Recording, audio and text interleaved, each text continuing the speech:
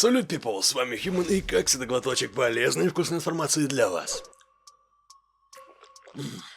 Да, это оно. Ну что, друзья, кто хочет видеокарточек из-за бугра по вкусненьким ценам, я подскажу, где смотреть. Плюс тут еще Nvidia и AMD письками меряются, смотрят, у кого будет все-таки побольше терафлопс. Ну и глянем, как там улучшать видеокарточки красных, которые вот-вот, да, должны выйти. Го смотреть, я создал. Если знать, где смотреть, то можно знать и где покупать видеокарточки по розничным или около розничным ценникам. Компания Евга вообще уже месяц или два реально по RRC карты отдает. А вот теперь на Newegg одна из проблемных видеокарточек, это вообще касалось ранее и RTX 3080 и 3080 Ti, появилась по около RRC цене. Причем это даже не Founders Edition на 2 вертушки несчастные, это гига на 3 вертухи. Ой, не надо мне тут заливать за гигабайт, мол, то да сё. У меня вон 2070 Super на 3 вертушки стоит от гиги, и все шики-пуки. Ну так вот, это 1199 баксов за 3080 Titanium в лице Gigabyte Gaming OC. То есть, да, это уже заоверклочено на частоты из завода. Так что она априори со старта, ну, должна быть дороже. И как ни крути, но 1710 МГц и 1665 это разные частоты для видика. И, кстати, на момент написания сценария карты еще были на складе Newegg, и даже в ряд регионов они обеспечивают бесплатную доставку. Но если вы тот еще изврат и вам мало даже такой частоты,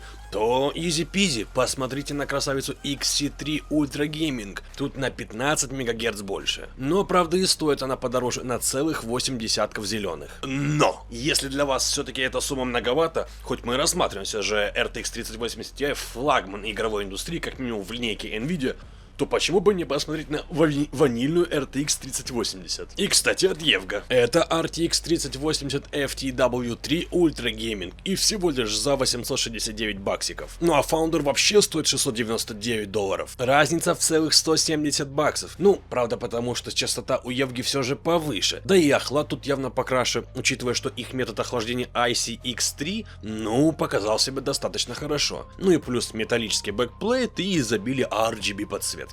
Но если и этого вам мало, то прошу, средний сегмент видеокарточек, и само собой это RTX 3070 Ti Eagle OC. Да-да, тоже оверклокнутая с завода и отдается за 700 баксов. Что, парадокс, да? Что стоит как 3080 Founders? Ну а что я могу сказать? Если вы найдете RTX 3070 Founders Edition, то, пожалуйста, она будет продаваться где-то долларов за 600. Но чуть с меньшей частотой. Кстати, что здесь очень интересно, если сейчас сайт пишет, что видеокарточки нет, но она скоро будет, вы даже сейчас можете ее заказать, забронировать, и когда она появится, вам отдадут за фиксированную цену, которая была до этого. То есть не будет такого, что вы там себе пометили в желаемое или что-то еще, а она пришла и уже дороже. Нет. Завозы на самом сайте достаточно частые, поэтому долго ждать не придется. А вот что я вам бы не рекомендовал, это 3060 Titanium и ванильную. Цены там так себе. Ну вот, допустим, RRC 3060 Ti, она составляет 400 баксов. Ну, 399, если точнее. А продается самая дешевая за 579. Так что для этих карт еще рано раскошеливаться. И для любителей скидок, игр и софта на сайте CDK Offers можно купить винду со скидкой. Добавляем в корзину, вводим промокод HUMAN для доп скидки, бум, цена еще ниже на 20%, оплачиваем через любую удобную систему, вводим ключ, пользуемся, профит. Все ссылочки в описании. Баллада гласит, что графический процессор AD102, он основан на архитектуре Ada Lovelace, будет обеспечивать мощность более чем 100, мать его, терафлопс. А это, на секундочку, в 2,5 раза больше, чем в RTX 3090 Ti, в которой 40 терафлопс. И это в 2,8 раза больше, чем у ванильной RTX 3090. А далее не менее интересное, двое наших завсегдатаев по сливу информации, ну, говорят о том, что происходит такая подковерная или, в принципе, уже публичная битва за самую лучшую быструю видеокарточку. Ну, естественно, имеется в виду конкуренция с AMD. Но дело не только в FPS или рендере. Вопрос и в развитии трассировки лучей, а также технологиях сверхвысокого разрешения, ну, собственно, и другие фишки, о которых мы слышали, ну а счастливчики даже видели в новых линейках карт. Тем не менее, дабы обеспечить те заветные 100 терафлопс, флагманский графический процессор AD102 будет носить в себе 18432 ядра CUDA и выпахивает на частоте 2,7 ГГц. Но что-то мне подсказывает, что 4090 будет с немножко отключенным чипом. Ну, для того, чтобы был все-таки какой-то потенциал для RTX 4090 Titanium. А значит, в перспективе частота графики будет еще выше. Плюс Грейман добавил, что, скорее всего, флагманы у нас будут новых линейок, естественно, что Nvidia, что AMD, ну, практически на одной частоте. Это плюс-минус 3, мать его, гигагерца. То есть, что для флагмана Лизы, что для флагмана Хуанга.